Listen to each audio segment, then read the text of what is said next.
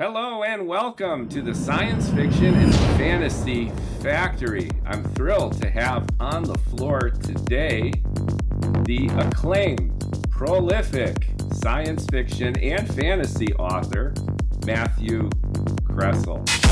Welcome aboard. Thank you, Mookie. It's great to be here.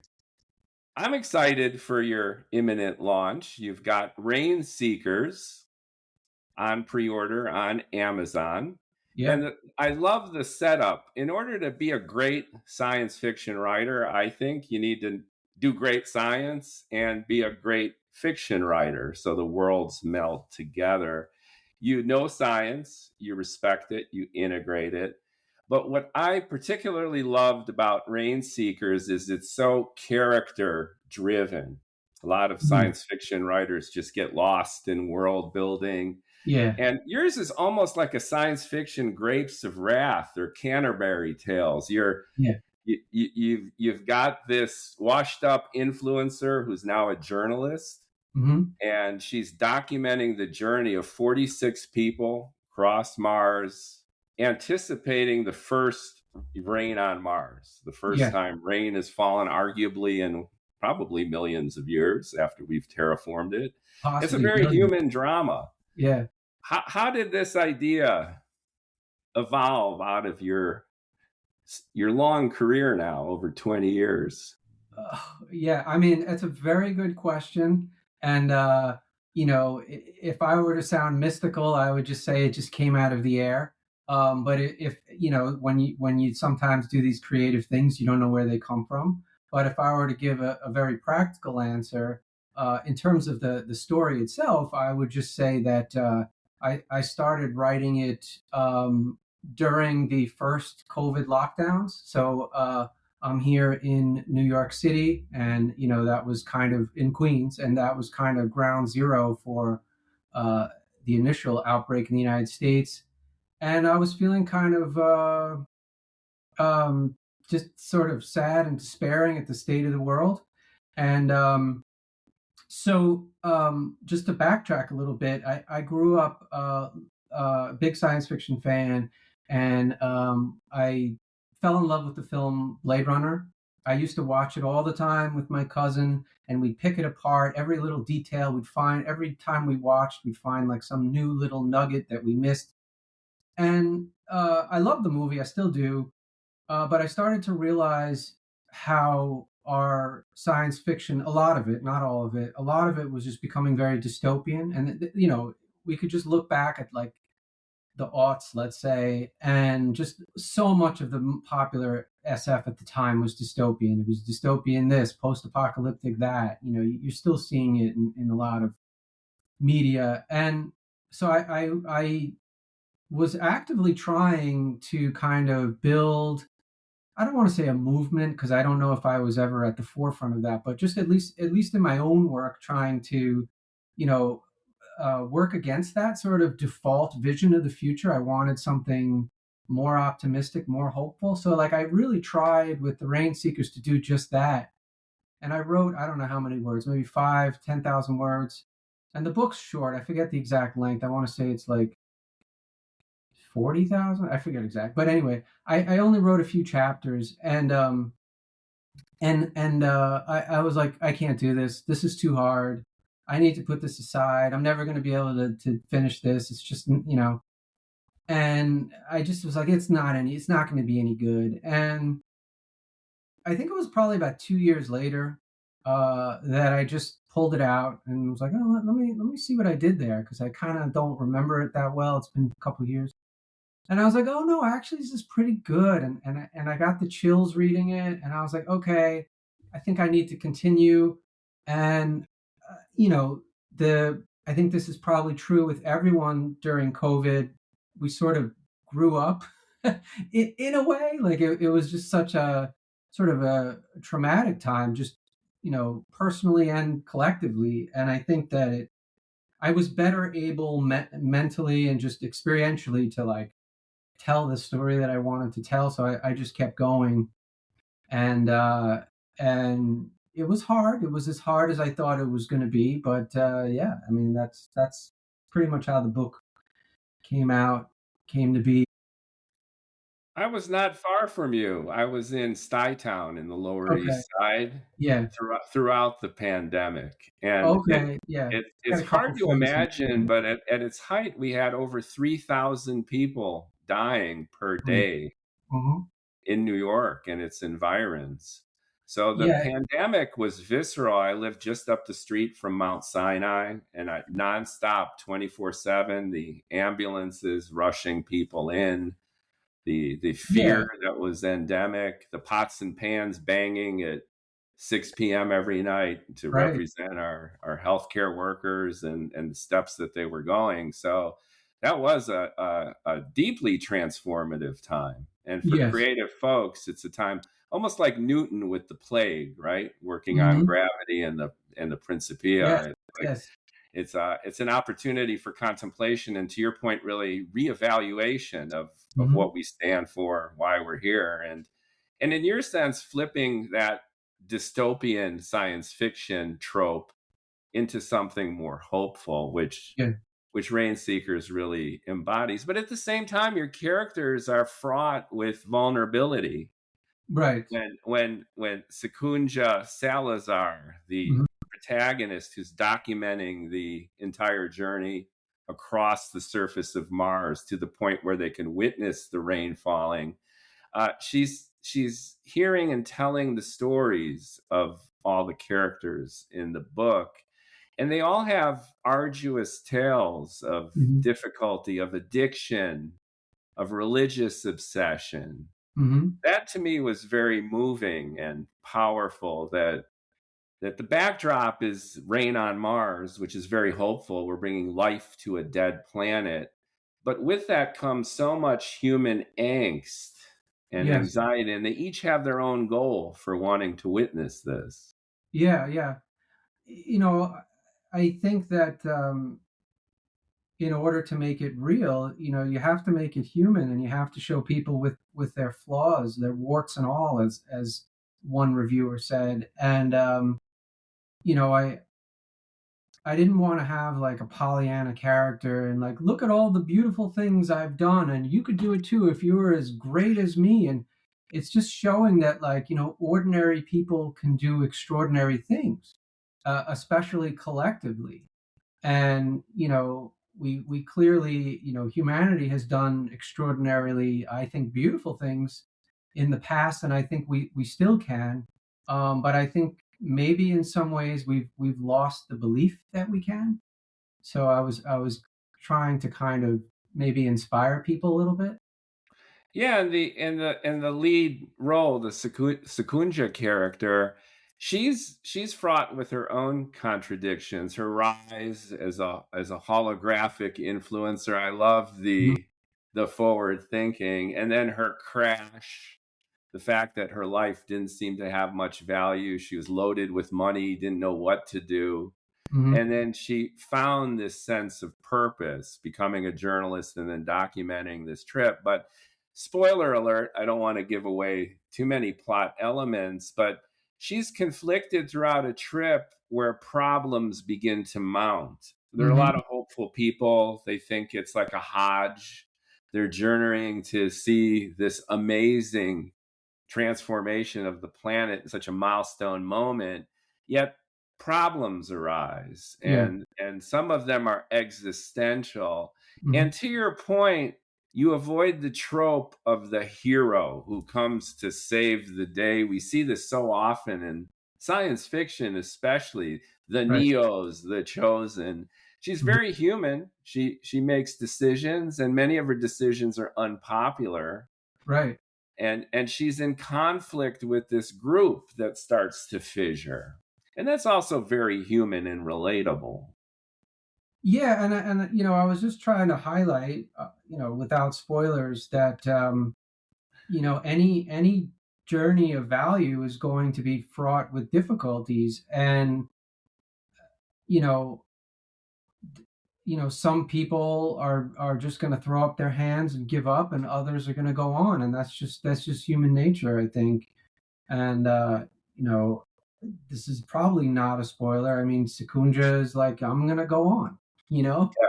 um, She's sassy. Yes. Men don't do very well with writing female characters in general. I know that that's a trope too, but it's difficult. I mean, even William Gibson tried Hmm. it, especially later in his series, and it came off, I think, a little bit mechanical. Hmm. And in the character of Secunja, I see your space trucker Jess a little Okay. bit. I see Right. that sassiness. Yeah. She's vulgar. She's ironic. She's self deprecating. And Hmm. she's also very, very curious. She's deeply empathetic of everyone around her. And I love that contradiction of borderline narcissism Hmm. with a sense of empathy.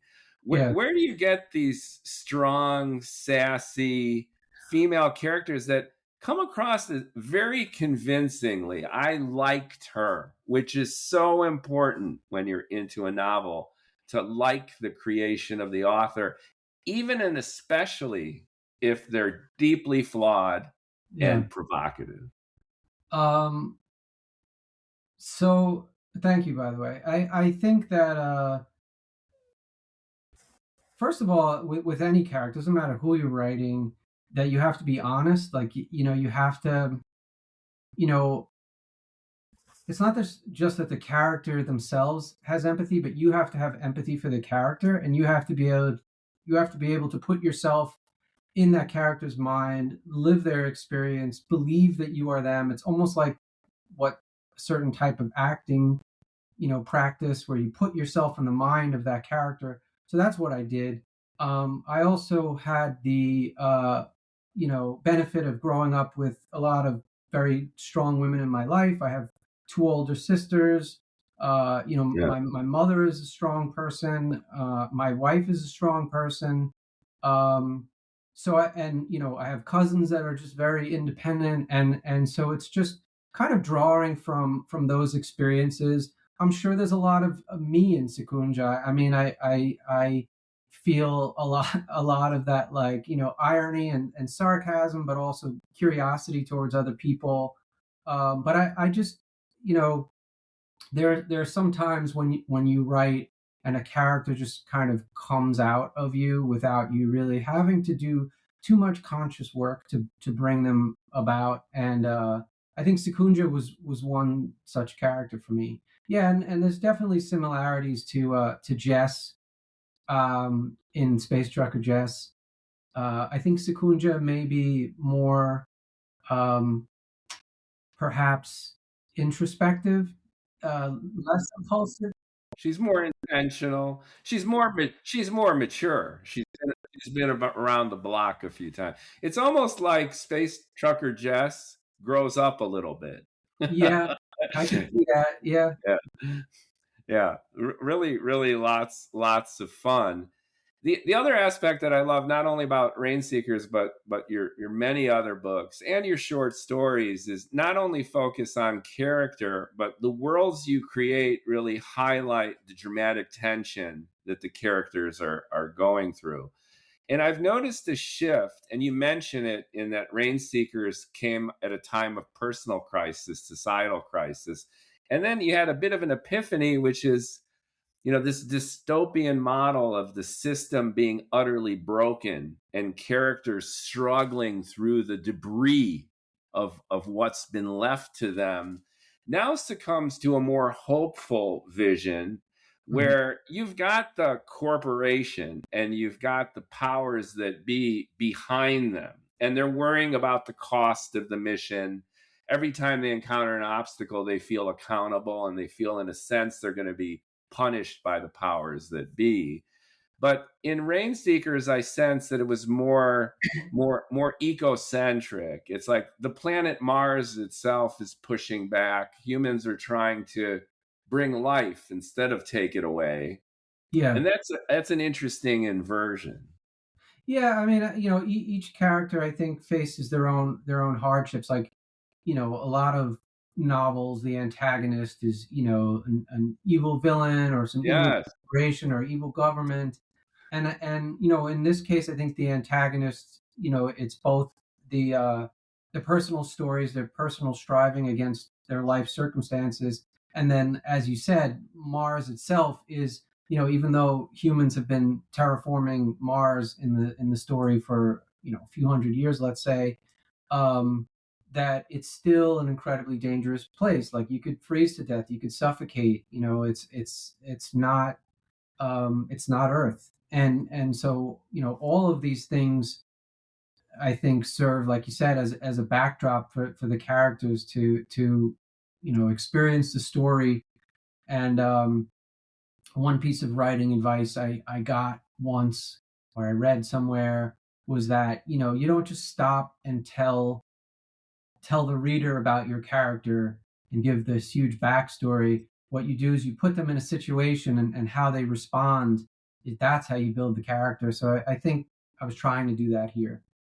Absolutely. Actually, the reader gets a healthy dose of both, Mm-hmm. because when each character, pretty much in serial succession, Yeah. relates their backstory, but then the backstories themselves have their own dramatic tension.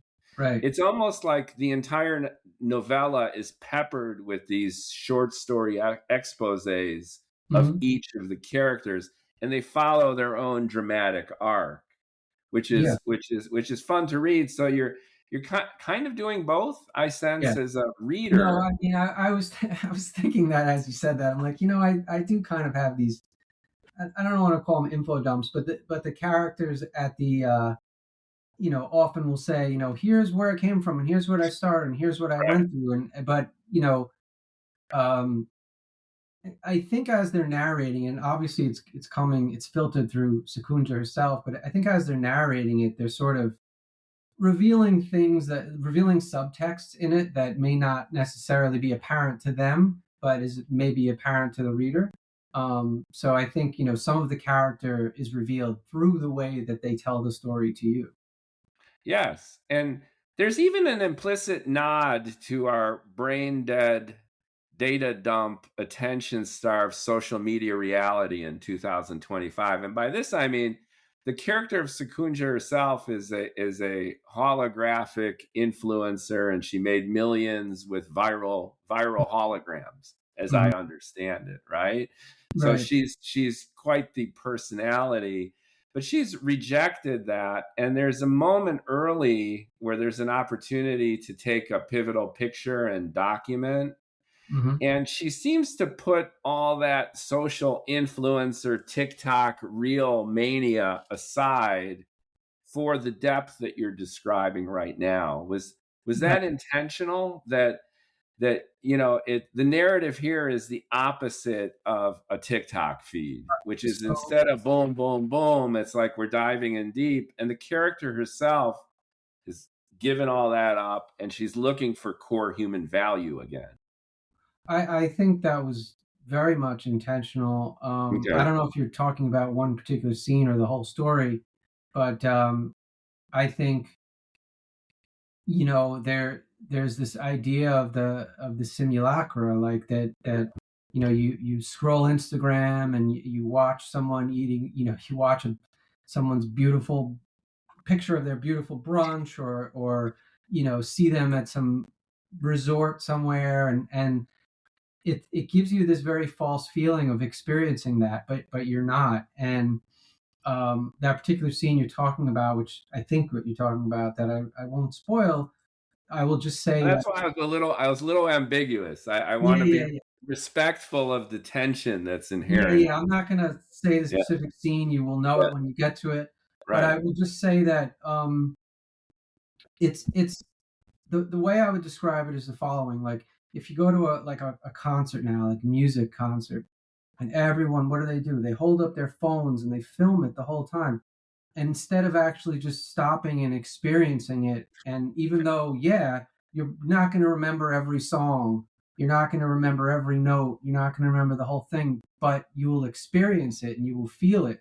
But if you have that device that you're recording through, it's one step removed from you, and it's less, like, I don't want to say authentic, but I mean, I think that's the word I'm looking for. But it's just it's one layer removed from reality. So I think there was, I was definitely going for, that she was sort of rejecting that mediation of experience. Absolutely. It really resonated. And it was very, very powerful. And it set the motif expertly for the experience as it unfolded. Because it's not about documenting immediate experience for the sake of building up your influence, Mm-hmm. getting clicks and likes, but it was a heartfelt connection that she had to the people she was sharing this journey with. Yes. And I think that when you look forward in these science fiction kind of projections, usually there's more of what we have right now. So we have our 2D feed on our phones, and then you read science fiction where it's going to be the internet of everything with AI, and we're saturated by all this bullshit, and that's going to be the reality. You've taken a very parochial retro view of that, and it's cool how that makes itself manifest. Well, I mean, I think if you go too far, there's definitely science fiction that goes really far into like the what ifs and the potential weird futures with very advanced tech, and which is cool, and I like that stuff, and I read it. But I think I was going for something that was very close to where we are now. There's definitely advancements, but culturally, I think it's really similar, and that was an intentional choice. Yeah, very, very cool. And there's a timeliness to Mars too. Hmm. Musk working on Starship. And Right. ostensibly, the moon is 50 times closer than Mars. And Yeah. even the feasibility of getting human to Mars, given the exposure out in deep space, technical complexities, so much easier to just put a base on the moon. But Mars beckons. It'll be a first. It's sensational. It's Yeah. exciting. It's top of mind. And what you're doing here is projecting several centuries into the future. We're not only there and inhabiting Mars, but we're terraforming it. Hmm. And with that is a sense of revitalization, not only of that planet, but of humanity itself. That's something that I got from this too, which is especially when you're providing the backstory and expose of all the characters, they're troubled people. They've got lots of issues, tons of baggage. So Right. for all the tech and all the progress made, there's addiction. There's religious belief as a core to the motivation. There's the ostracized genius. Everyone's got their quirk, and that grounding I think is cool. Yeah. I mean, I think Mars has always occupied kind of our romantic view of space. I think ever since Percival Lowell discovered or thought he discovered canals on Mars, and it's been in our consciousness forever. And the moon, certainly we could go there, and we've been there, and we can build a base there. Um, I think terraforming the moon might be a lot harder. I don't know, but Probably. We're going to have to live in caves and, have a nuclear reactor and build a big telescope and, you maybe probably have mine. to live in a cave on Mars too. I think the Mars doesn't have an ozone layer, so you get Right, bombarded by solar radiation. But right. um, yeah, it just seemed more of like a romantic place to set the story. So that I think that's why I did it. And it also it's further away, right? So it's like it's sort of mirroring in a lot of ways maybe some of the immigrant experience to the United States. When people had to before aircraft. When people had to get in steamships and go across the ocean for a few weeks to and go to a new country in a language that they don't speak and have to make a new life there um, you know is something that probably was mirrored in the story. Not so easy to just pick up and go home. Yeah. And, I'm a first generation American. Hmm. So both my parents are Hungarian, emigrated after the war through Caracas, Venezuela, which is also very timely Hmm. these days. And reading your book, I felt that that feeling of being a stranger in a strange land and being the explorer. I grew up speaking Hungarian. I learned English from watching television and going to nursery school. So that sense of kind of foreignness, but with that comes an excitement of opportunity. And Yeah. you look at the first rainfall in a very poetic, symbolic way, but also a very pragmatic way, that if rain can actually fall on Mars, it's a significant milestone to us actually turning it into a kind of second Earth. And that's very poignant too. Yeah, I mean, so the risk of explaining what I was trying to do too much, it's like, well, the reader can interpret it their own way and possibly in a different way. So I don't want to, like, prejudice anyone to the story before they've read it. But yeah, I mean, the rain maybe is showing us that, hey, like, if we come together collectively to work towards something that seems ridiculously difficult and impossible, we can do it, and it is possible. We just have to believe, not just believe in it, but work towards it. And you know one of my frustrations with current culture, let's say, is that I think we've lost that sort of visionary uh, view of the future. That optimistic view of the future. There's a philosopher called Mark Fisher, and I don't know if he came up with the term, but he called it hauntology. And the idea is that we mourn the future we never got. And I feel like that's where we are as a culture, is that we're constantly, like, I'm a Gen Xer, and I feel like the future that I thought we were heading towards is nothing like the place we're at now, and no one is putting forth visions of the future. Well, some people are, but I don't always agree with those visions. But few people are putting forth optimistic visions for humanity. It's still very much, even though it's moved away from it in a lot of ways, it's still very much dystopian and post-apocalyptic. And you look at all of our, what's the most popular science fiction today? A lot of it is still like, like The Last of Us, or Station 11, which I love that book. It's still like, we're just ruin ourselves. And I would like to see a future where we don't. Yeah, people have brought up this dichotomy between abundance and scarcity, and it seems to be a mentality of scarcity. That, ironically enough, we've got all of these amazing technological developments centered around AI, and Yeah. with that, there's immediately a scarcity reflex that if someone builds it, everyone dies, right? There's a knee-jerk reaction to these quantum leaps in technology. And as we move into the future, we're ruining the planet, we're overpopulating, we have threats in all these different directions. And I think it's refreshing to take a more abundant attitude, which is the universe is pretty damn big. And there's a lot of opportunity, not only externally, but internally, to reinvent ourselves along the way. Yeah, I mean, certainly we have an enormous number of problems to deal with. And, you were talking about, like, this dichotomy, false dichotomy between abundance and scarcity. I also see that oftentimes uh, presented towards, like, space exploration. Like, oh, we can't go into space until we solve the problems here on Earth. And I'm like, why can't we do both?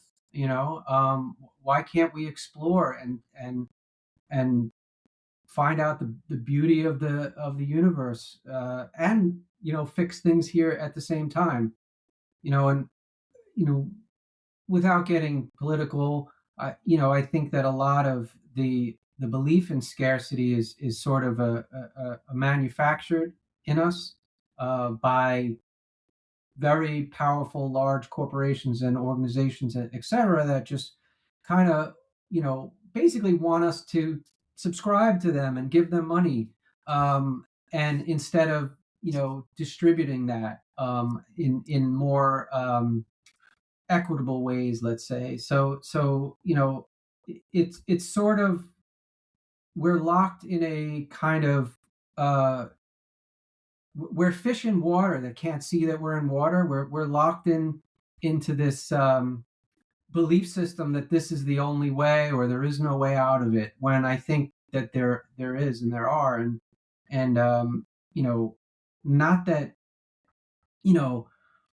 it's up to us science fiction writers to do this, but I feel like by putting ideas out there in the world and saying, hey, here's just one possible future, it just seeds the idea in people that maybe this future that we're heading towards, the one that I think is going to hit us tomorrow, is not so good, and I prefer that other one over there, that I read about last week. That would be cooler than this garbage.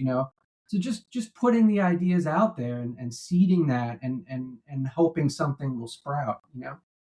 And that seems like a strong theme throughout your works, which is this kind of systemic scarcity mindset, the mechanisms of power and control.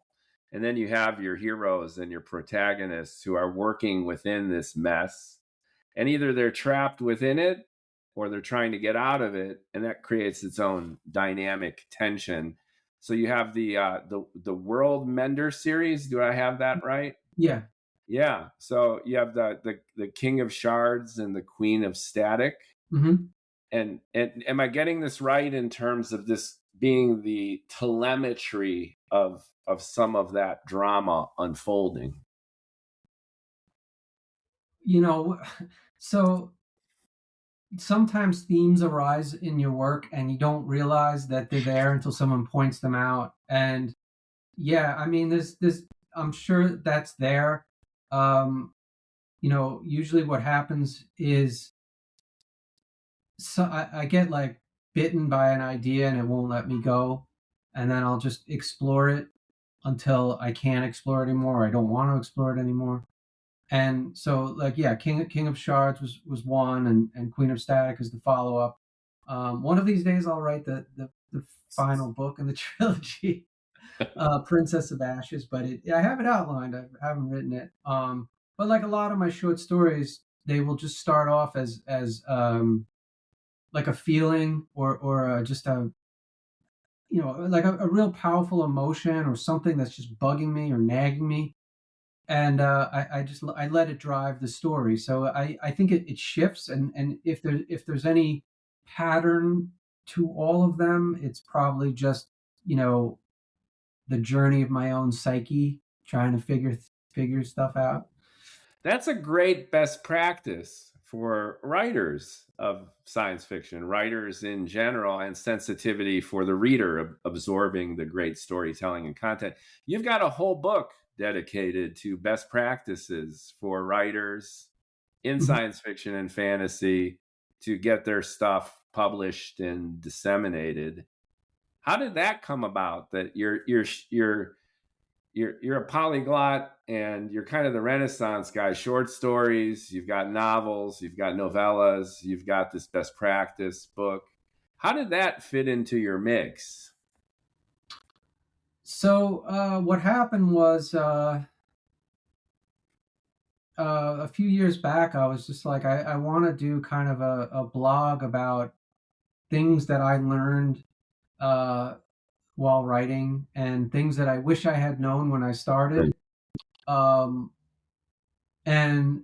of course, with any writing advice, you take it with a grain of salt. I mean, I say in the first page of the book, this is what worked for me. It may not work for you. Don't listen to me if it doesn't resonate with you.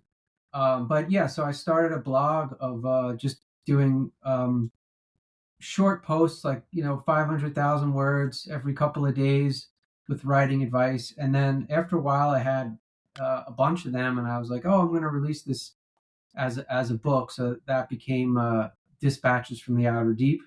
Yeah.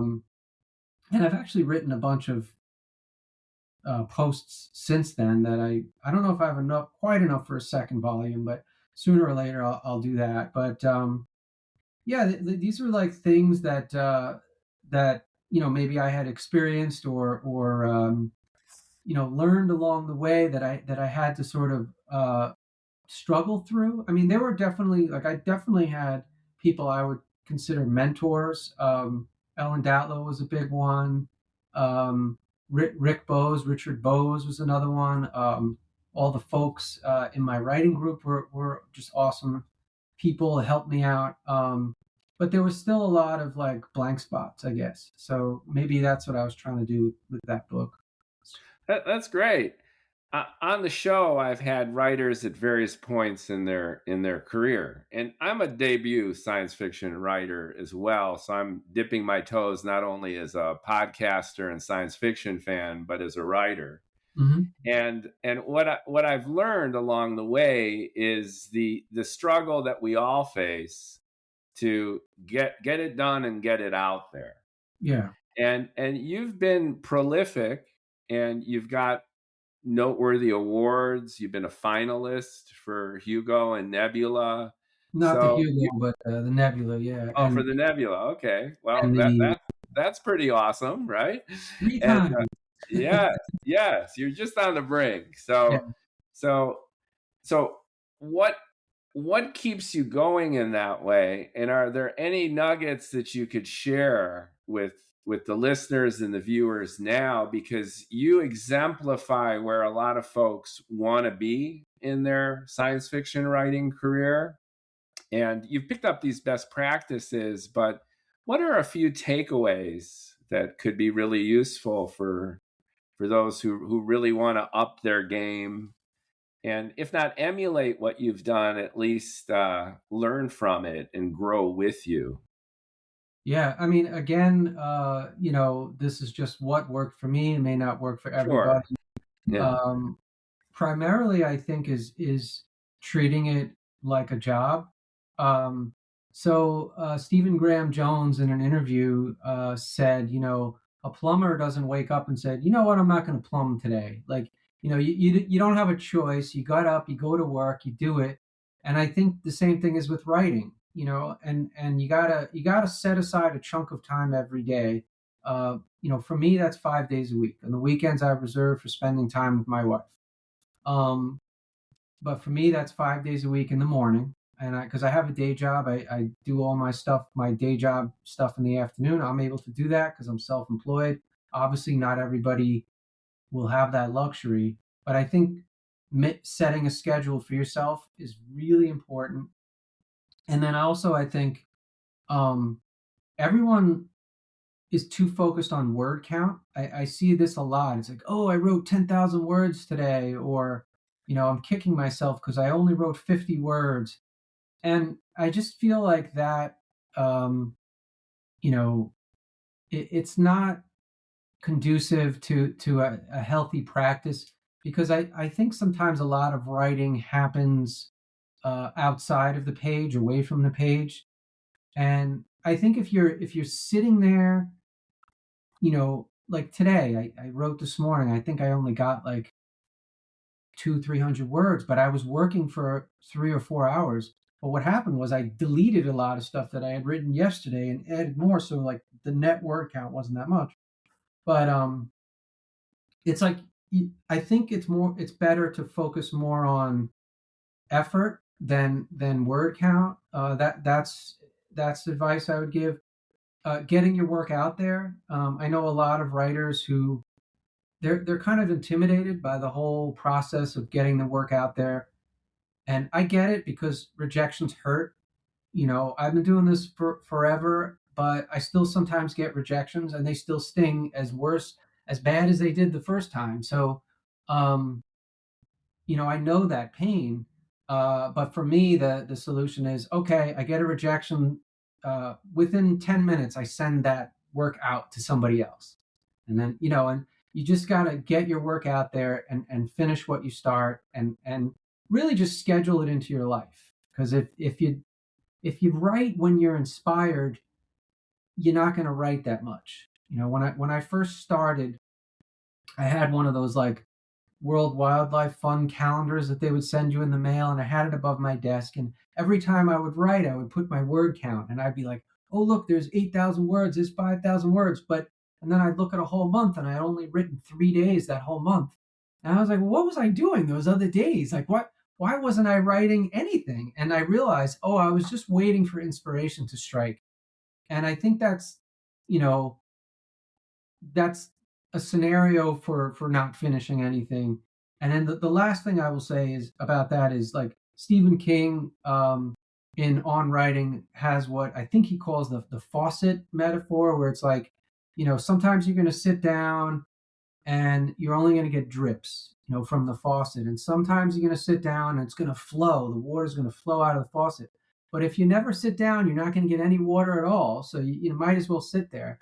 um, and the brain is neuroplastic, and by that I mean, you know if you do it regularly every day, it gets easier the next time you sit down, because your brain is used to that and will immediately put you in the frame of writing, and it will become easier. I think that's terrific. And it really resonates for me personally, especially the realization that if you want to be a writer, then you write. And it needs to be a part of your lived everyday experience in a way that's just routine and a part of your identity. And you get better at it. You're going to have good days, you're going to have bad days, but you just keep doing it. And the doing it is the thing. So, again, to your point, even if you're inspired and you have a great idea, the delta between the concept of what you're thinking about and its expression on the page could be vast. And when I was first getting going, that disparity was very discouraging. It's like learning how to play an instrument and it's out of tune and it's a mess and Right. you feel like an idiot. But with time, you build that critical mass, you reach the Malcolm Gladwell tipping point where you might even like what you do. And then it becomes addictive. And then you really get into it. And with that momentum comes the eagerness to share, which is perfectionism is arguably the worst aspect of this kind of rationalization, where it's just not good enough. It's just not good enough. You need that to a certain extent to ensure quality in your work. You're Yeah. doubting yourself and building, but you reach a point where you like it, you release it, you celebrate it, and you move on. Yeah, I mean, I think also too, and I agree with everything you say, and I think also too is just having patience with yourself, because you know you want to, you say, okay, day one, I've never written a word of fiction in my life. I'm going to sit down. I want to write, the masterpiece. I want to write Doom.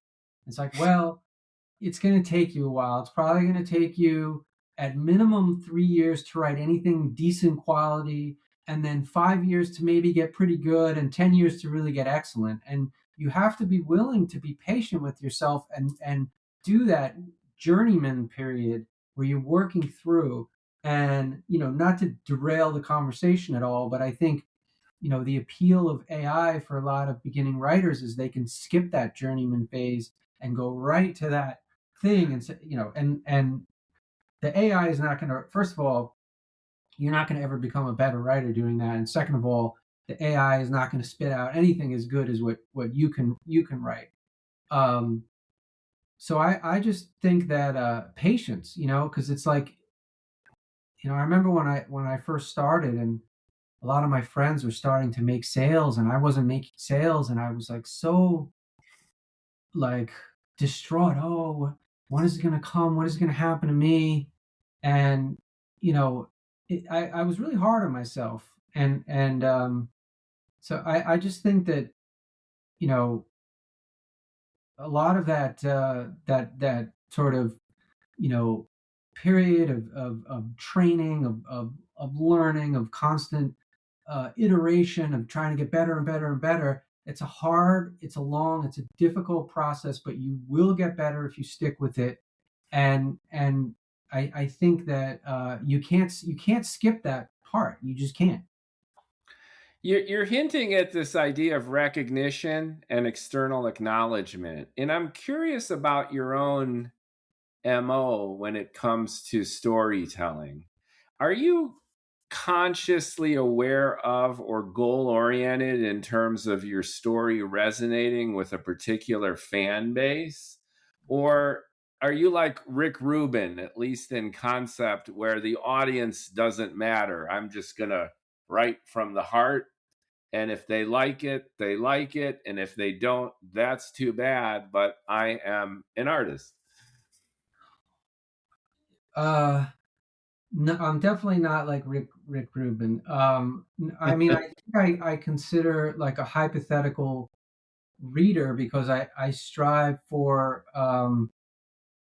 like readability. So John Gardner, if you've ever read him, he talks about in one of his books, I think it's on becoming a novelist. He talks about the idea of the fictive dream, the idea that you want to keep the reader in a kind of like visual kind of dream state, and this is what keeps them reading. And Jeffrey Ford told me something that he learned from Lucius Shepard, and I don't know, can we say the S word on this show?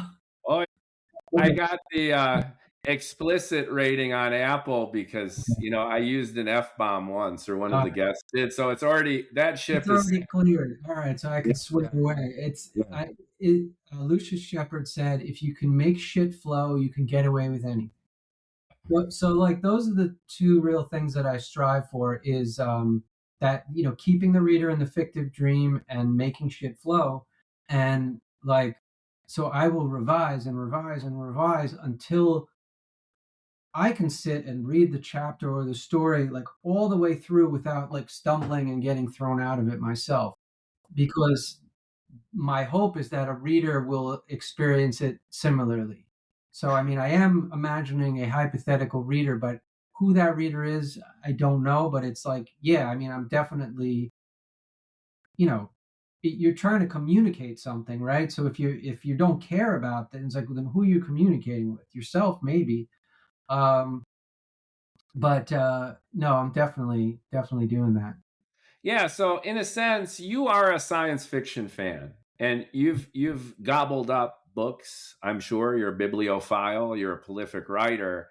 So you're filtering your own writing through your own taste. And in a sense, you're projecting that taste onto the potential audience with essential criteria. It's got to flow, it's about to be clear, you can't be confusing. The segues need to make sense. There needs to be human dramatic tension. There needs to be problem solution. There needs to be a mood. There needs to be a good feeling that the story's moving along, and yet it's hitting me here in terms of emotionally resonant, shared lived experience. So it sounds like it's not just you're just letting it loose, obviously, and the quality of your work reveals that. But at the end of the day, you are your own judge of what's good. And the reason I bring this up is I have mingled with writers who will, hire or get volunteers as beta testers. Mm-hmm. Science fiction writers in particular will get an army of beta testers, and then they'll get feedback. Like the transition from chapter 5 to chapter 6, I didn't quite get it. And then they'll go back and then they'll appease their beta testers.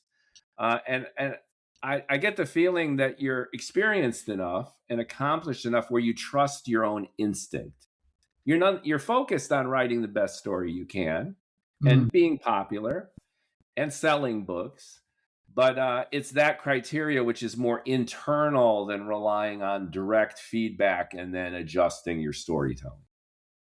Well, I will say that I try to run everything by a group of beta readers. Like I am in a writing group, and so I have been in the same group for a long time. Altered Fluid, if you've heard of it. N.K. Jemisin is a member. Elia Dawn Johnson. Is it public? Can people troll it? Can we share it? Or I'm assuming it's more of an intimate group. I mean, there's nothing really to share. I mean, we're all members of it. It's in New York, though, right? It's local to New York. It's local to New York. Okay, all right. That's what I figured. Right. You guys all hang. Mostly you have espresso. You talk about stuff. Well, we don't actually. Well, So after COVID, we went virtual, and then we've met a few times since then, but it's all dependent on if someone's office is available and we can all get together, and what the weather is. If it's 7 degrees out like it is today or whatever it is, we're probably not going to meet in person. But and then a lot of people are working on longer work, so it's we don't meet as often. But yeah, I mean, going back to your point, I think that my judge of my own work has my ability to judge my own work is has gotten better, a lot better. But I still have blind spots, and so I usually will send it to the group, or if there isn't time, I got a couple friends that I will send it to and have them read it through. And usually my instincts are right, but not always. Like sometimes they'll say, um, this part here read a little weird to me, or this isn't quite making sense, or you're jumping too quickly here.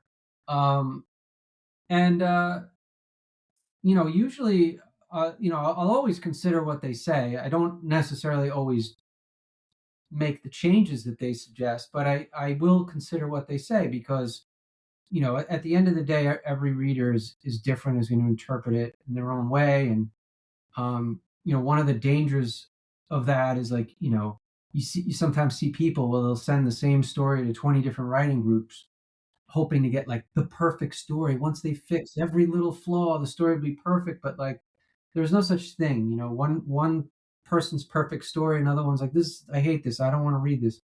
So it's like you just got to go with your instinct, your gut, and say, all right, this is as close as possible to what I want it to be, or what I can make it to be at this time, and then just send it out and start working on the next thing. Yeah, I think that that's an amazing system and a great balancing act or compromise. So you have an intimate group, you know each other's stuff, and you trust each other, and Yeah. it's a part of your life as a writer, and you do each other the service of just kind of reading each other's material, commenting, and then you've got your gut, and then you've got this kind of fail-safe mechanism with people who know you, know your oeuvre, and then you could optimize it, you could tweak it. That's pretty cool. It's relatable for me. I had this idea for the science fiction novel that I wanted to read, and I've had this goal that I'm going to write the book that I love. Hmm. And the delta between the idea in my head and what was on the page was significant, but over the course of many years I brought it together. Yeah. And I didn't really beta test it. I had one key beta tester who's not even a science fiction fan, Hmm. and I ran it by her, and she's also an editor, she's a tutor, and she took it apart and pointed things out to me, whether syntactic recommendations for just mistakes and continuity issues and maybe little areas where I could improve it. And I think my novel is better for her being an active part of that experience. So Right.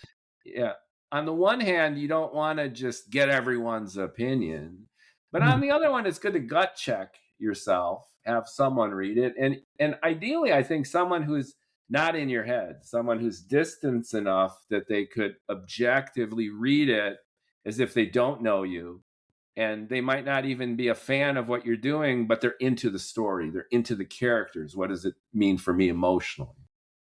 Yeah, I think exactly that.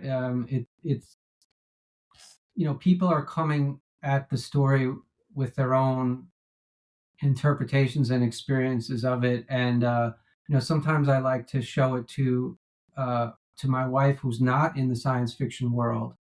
Um, and she'll read it with a completely different eye, and she'll pick up things just like Yeah. character stuff that I was like, oh, that's a really good point. And sometimes that raw opinion from someone who's not like versed in all the science fictional tropes is like worth more than gold, because it's like, oh, okay, Exactly. you And know, to me, she gave me the assurance that I wasn't completely crazy, yeah, because you get so into your world and you want to make it so awesome for you that that objective point of view is like, yeah, this resonates for a general audience. It has essential universal human themes, yeah, and the characters are likable. and engaging. And I think that's the essential criteria that as a writer you need to honor and enable to flourish within yourself, and then within the construct that your readers create for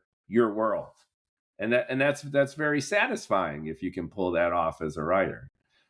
Yeah, and I think too, one thing that's helped me is just reading outside my own genre, that I write in. Uh, 1,000%.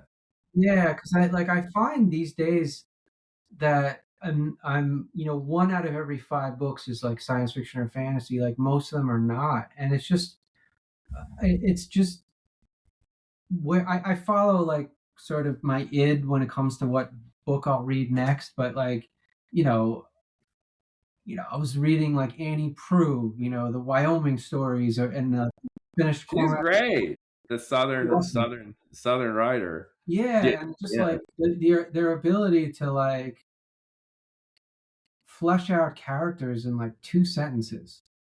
Boom, every time I'm like, my God, some of these sentences it just hit me here.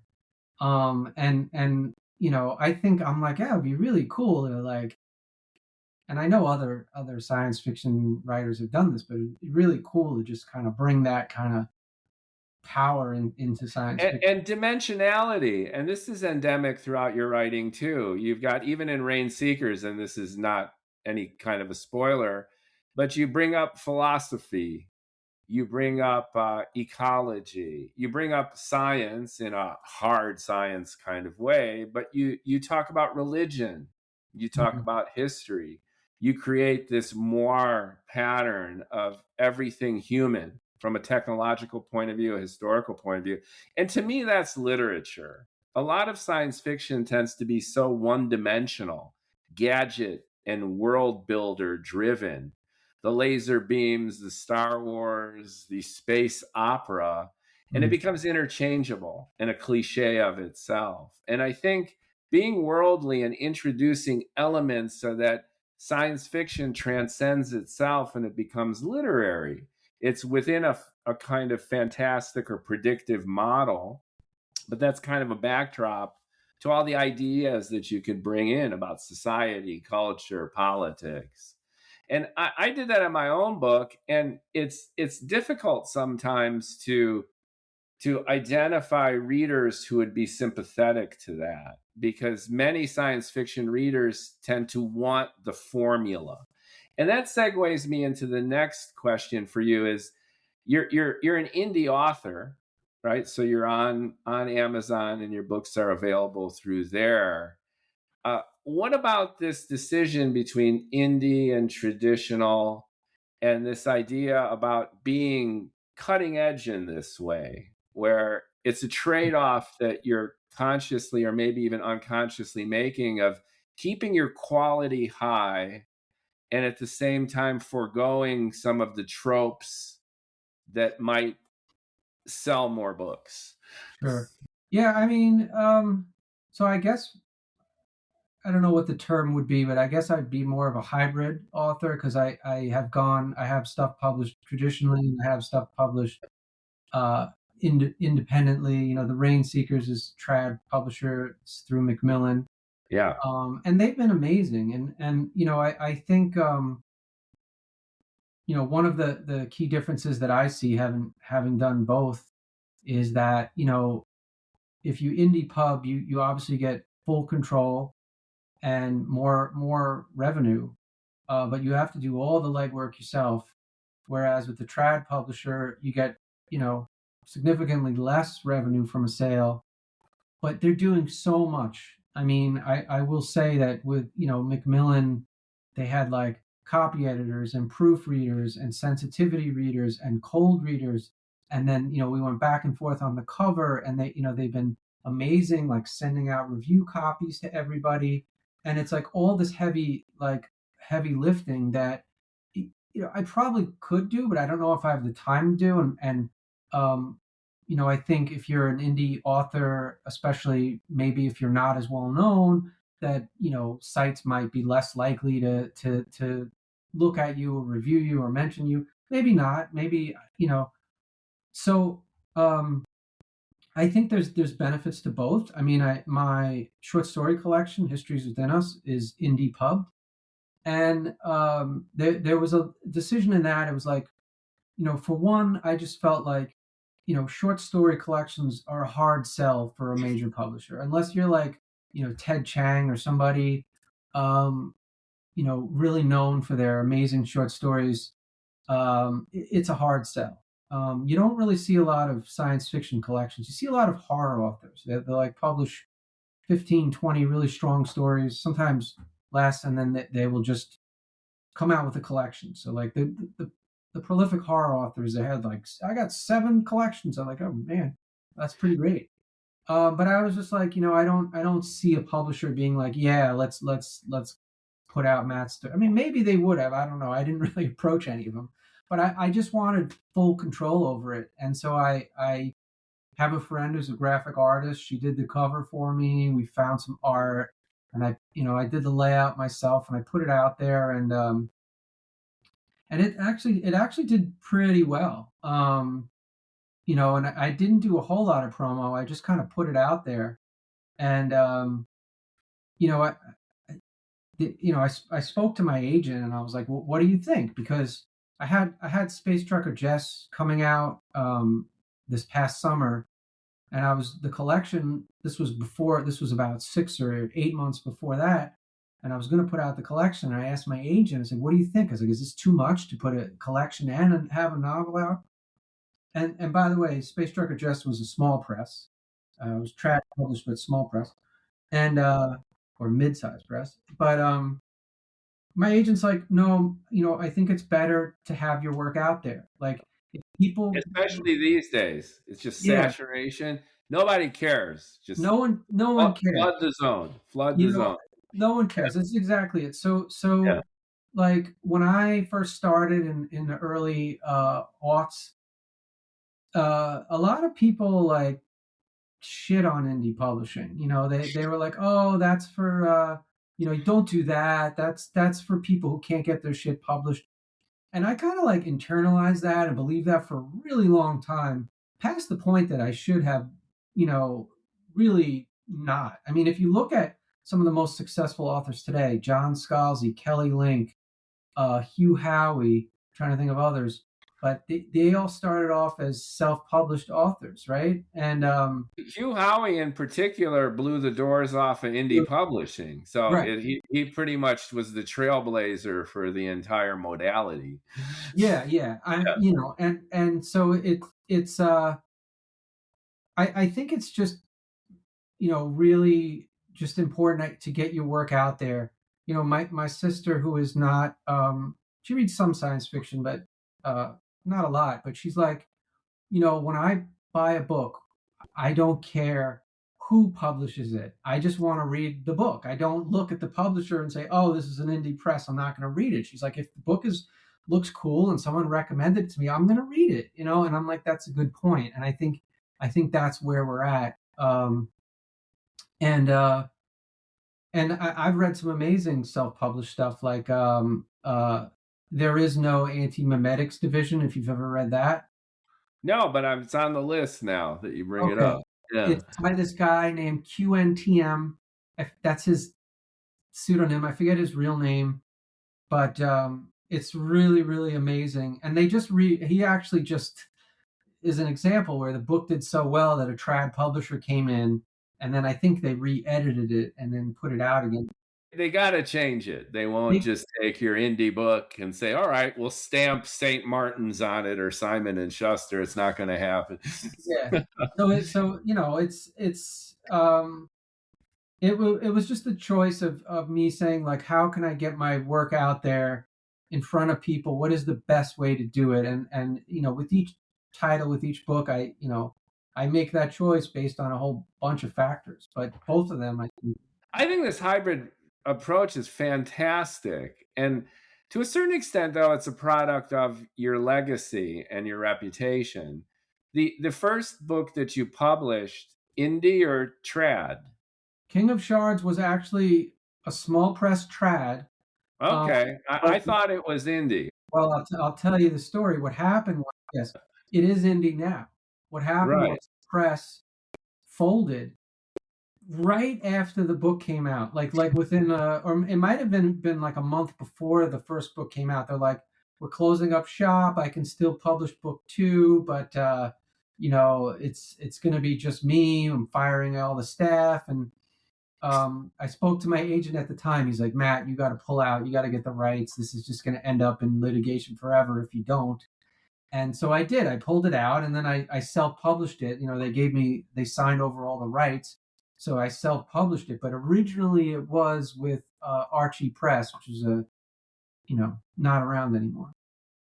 Yeah, that's fascinating, and more power to you, right? Which is this trad publisher, even a small one, got your feet wet, and you weren't allergic to just doing it yourself, and it obviously didn't impede your trajectory as a successful author. It's like booyah, right? Definitely not. I mean, it was a learning experience for sure. There's a lot to do when you self-publish that you might not consider, and I'm still learning. But yeah, it's. I think it's good that we have all these avenues to get our work out there for sure. Yeah, I think it's terrific. I mean, my dream novel, I just instinctively went indie because I wanted that control and I wanted that immediacy. When I finished it, and it's unconventional in many ways, I just thought I would go for it. And then as far as the heavy lifting for marketing, I'm going to the Pasadena Comic-Con this weekend. Cool. I have a little booth, and I've got a bunch of writers, many of whom have been on this podcast, this little indie group here on the West Coast. Yeah. And we're all going to be at the Comic-Con hanging out, sharing it. We'll follow up with a podcast. I love that. It's just like your writing group in New York. You're hanging out, you're collaborating a little bit, and it's fun. It's a nice community. I was just going to say, I think that's one of the most rewarding parts of it for me, just, of writing, is just the community. I do the Fantastic Fiction series with Alan Datlow, and every month we have, new writers come in. There's a community there. I have the community in my writing group. I've met so many great people, through conventions, that I've come really close with. So I think that there's that other part of it. It's just separate from writing, but adjacent to it, I guess, is just the people that you meet along the way, and the friendships and things like that, that to me are just one of the best parts of it. And I would never give up writing, but if I had to give up writing, would still keep my friends like that. That I would want to give up all the friendships that I made. That's what I'm trying to say.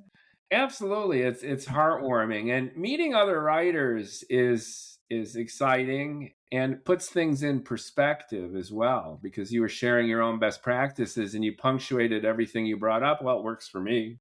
And, I'm sharing it with you. And I've met couples, like married couples, and they write science fiction books together. Yeah.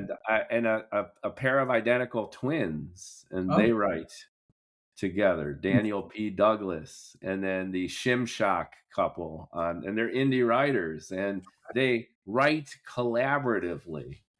Is that wild? I mean, it's like, wow. I've written 2 stories with Mercurio de Rivera, and that was interesting. I can't imagine writing it with a sibling, let alone a twin, but I bet you that's pretty interesting. It's pretty interesting. They were really engaging, and they've got a bunch of books, and they cross genres like Western, sci-fi, apocalyptic. They'll do these subgenres, and post World War II noir, James Ellroy style fiction. They're cranking it up, and I just find that creative excitement and the diversity of lived experience that goes into the writing, and the variability of different people's approach to getting it out there and even marketing it is just very interesting. There's no checklist. There's no formula for this. As long as you're inspired, and to your great point, you do it each and every day, and you're focused and part of your life, go for it. It's intrinsically rewarding.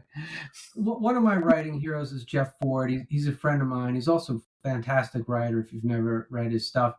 And, he said, and I'm paraphrasing. He said, you know, um, don't worry about what other people are doing. Just keep your head down and write. And one day you're going to look up and you're going to be the only one there, the only one left. And I take that to mean that, you know, just focus on the work more than anything, because like, making it as good as it can be. And that's all you can really do, right? I mean, sure, we can do crazy amounts of self promotion, but at the end of the day, the work sells itself. And I think that's kind of my philosophy, is that, I work really hard at it, and I want the work to resonate with people. It's definitely, I have, you know, other people reading it in mind when I do it. And, I hope that it will resonate with people, and maybe, you know,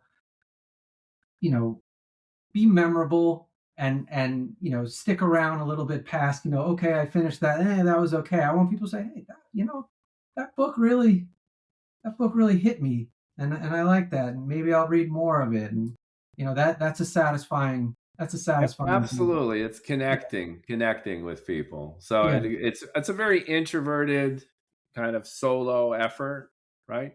It's like golfing with words. Yeah. Whether you're over or under par, it doesn't matter who's out there with you. But it's great to have a few people in the bandstands cheering you on, and at the same time make an emotional connection with your storytelling. Can Yeah. you tell us a little bit about your relationship with your agent? Because when you brought that up, I'm sure many of our listeners and viewers are going to be curious about a couple things. One, if I'm a newer author, how do I A, get an agent? And B, what's that relationship like, especially when it seems to be a very healthy one that Mhm. you've exhibited? You mention your agent, I think, in the dedication for Yeah. Rainseekers, and then you quote your father in terms of being relentless and being determined, but then your agent gets creds. And can you Yeah. share a few tidbits about agent? I just I got really lucky, because I actually met Ethan Ellenberg not through my writing, well, peripherally. So we didn't talk about it, but I have created a submission system for publishers called Moksha, and I it's noticed that too. And you're a software developer, just so yeah. viewers can And see so that. That's your I had built a system that was used by a lot of publishers, and Ethan Ellenberg, he's John Scalzi's agent, and a bunch of other authors. And he he called me up or emailed me one day and was like, I heard you have this Moksha thing. I have this contract database. I have all these contracts, and we're someone built us this software, and it's kind of needs help. And I don't remember how he came across Moksha, maybe through one of his authors or something. And he's like, I heard about your system. I'd like to talk. So I ended up, going to his office, and we were talking about his system. It's called Royalty Reminder. And, I had these grand plans and for him, and ended up, you know, um, moving to more of like a tech support for him, I guess. And, at one point I went to my wife, and I was like, should I ask him if he could look at a novel? Is this weird? And she's like, no, that's how it goes. People, yeah. I like shyly poked him one day over email, like, hey, Ethan, can you look at this novel? And it was a YA novel, science fiction YA. Never got published, but not only did he read it once, he gave me notes. I rewrote it. He read it again. He gave me notes. I sent it to him again. He read it 3 times. His notes were fantastic. He tried to sell it. Didn't didn't It got some really nice rejection letters. And like, oh, this the writing's really good, but we're not looking for this, blah blah blah. Maybe they were blowing smoke, but I thought the rejection letters were better than other letters I've got. And then so I was like, all right, this isn't selling. And then that was at the time I was working on Space Trucker Jess.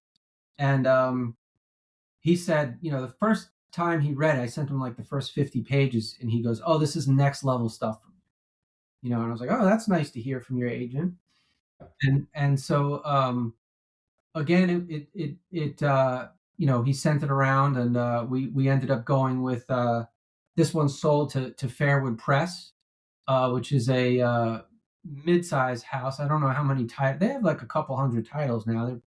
Patrick Swenson runs them, and they've been great. And we ended up getting the art from Paul Chidason, who is a French 3D artist that I really wanted, and actually named a space station after him in the book.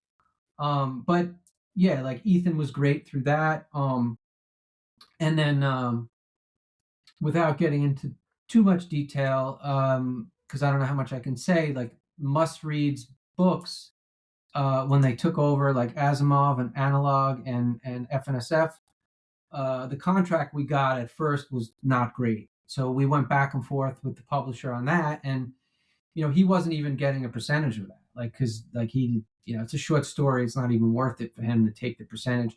Not only that, but I co-wrote it with Mercurio Rivera, and I said, it's fine if you don't want to, help out. I know you don't represent Mercurio. And then he's like, no, no, no. And not only did he negotiate, he like called me up in the middle of the afternoon. It's like, Matt, let's talk about the contract. And he's been amazing. And I'm super lucky. And, with the Rainseekers too, he's just like, he's like, it's, he's like, Matt, this is the best thing you've ever written.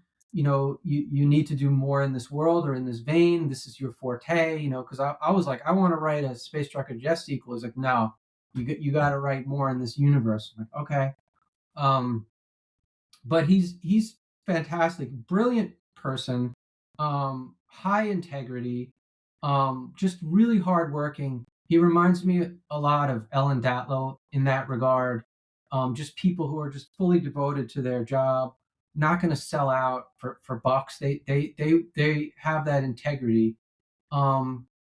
So like I just got really lucky, like because Ethan could have just turned around and said to me, no, I'd rather keep it just professional with the IT stuff and not look at your novel. And he didn't. He took a chance, and that's fantastic. So I don't know if I ever would have had that opportunity had I gone through the slush pile. If I had submitted that way. And so I don't think that my journey is universal by any means, but I will say that networking, like we were talking about the community. I think like having a community, he never would have found me if I didn't do the Moksha submission system, and I never would have built the Moksha submission system had I not befriended John Joseph Adams, and had I not had published a magazine, Sybil's Garage, way back in the aughts. So it's like all these things compounded. So I think just being involved in the community, involved in genre, and like you said, going to conventions, meeting people, befriending them online, not just like parasocially, but actually really talking to people, all helps. All just goes into this big pot, and you never know where some connection or some friendship you made is going to come back and help you out later. And not that every relationship necessarily has to be transactional, because I think that's a danger, but just being involved and being connected is always gonna be a good thing. Yeah, I mean, I'm getting two key takeaways here. The one is, if you're a writer, be a writer. Just crank it out. Work, production, content is king. Yeah. And then on the flip side of that, and complementary to it, is context is the queen, which is network. You're connecting with writers. You're connecting with people related to writing, related to the craft. In your case, it was like you created this great software editing tool, and then that led you to your agent. But you're all part of the same tribe, and Yeah. and people like people who are familiar to them, who are flesh and blood. You're not just a naked query letter or a submission from some unknown person who might as well be a GPT.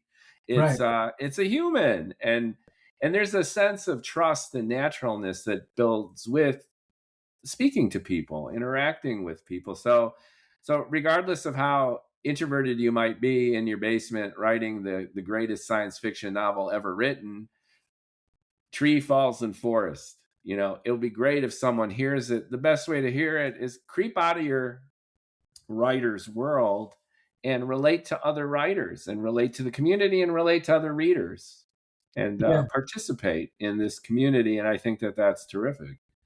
Yeah, absolutely. I mean, I happen to, like I said, I live in New York City, so it's perhaps easier than some other places to connect because we have a lot of literary events and writers and editors, and obviously the big publishing houses are here, so that certainly helps. But if you're living in a state or country that is far away from those things, it's a bit harder. But I still think it's certainly possible to connect with people.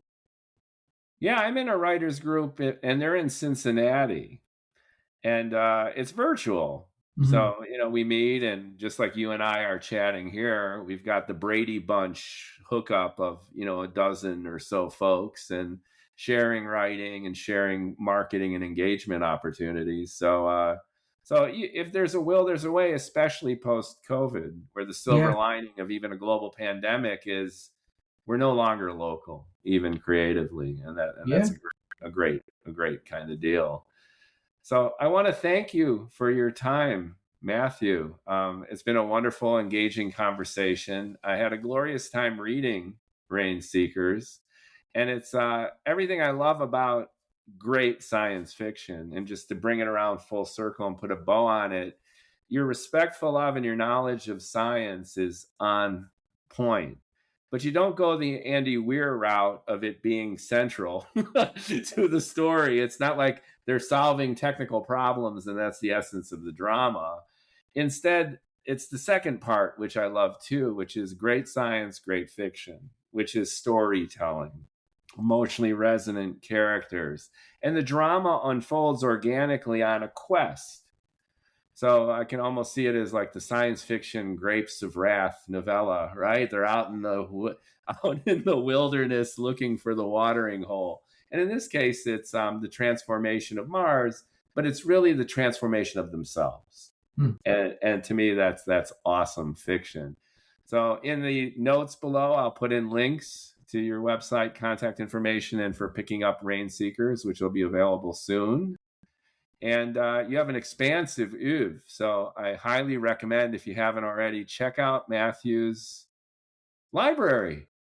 And it's a great adventure. And I wish you the best. And I can't wait to see where Rainseeker goes. To the point of your agent, this could be the beginning of your own Netflix miniseries. Well, that would be fun. Thank you, Mookie. I really appreciate this. You're a great interviewer. If no one's told you that, I think I'm good at this because I really love what we're talking about. Yeah. And meeting really creative, charismatic, successful people who apply themselves each and every day to the craft is just really joyful. Well, so, I'm really grateful, and just thank you very much. I appreciate it. Thank you. Appreciate it. Like, comment, share, folks, and more to come.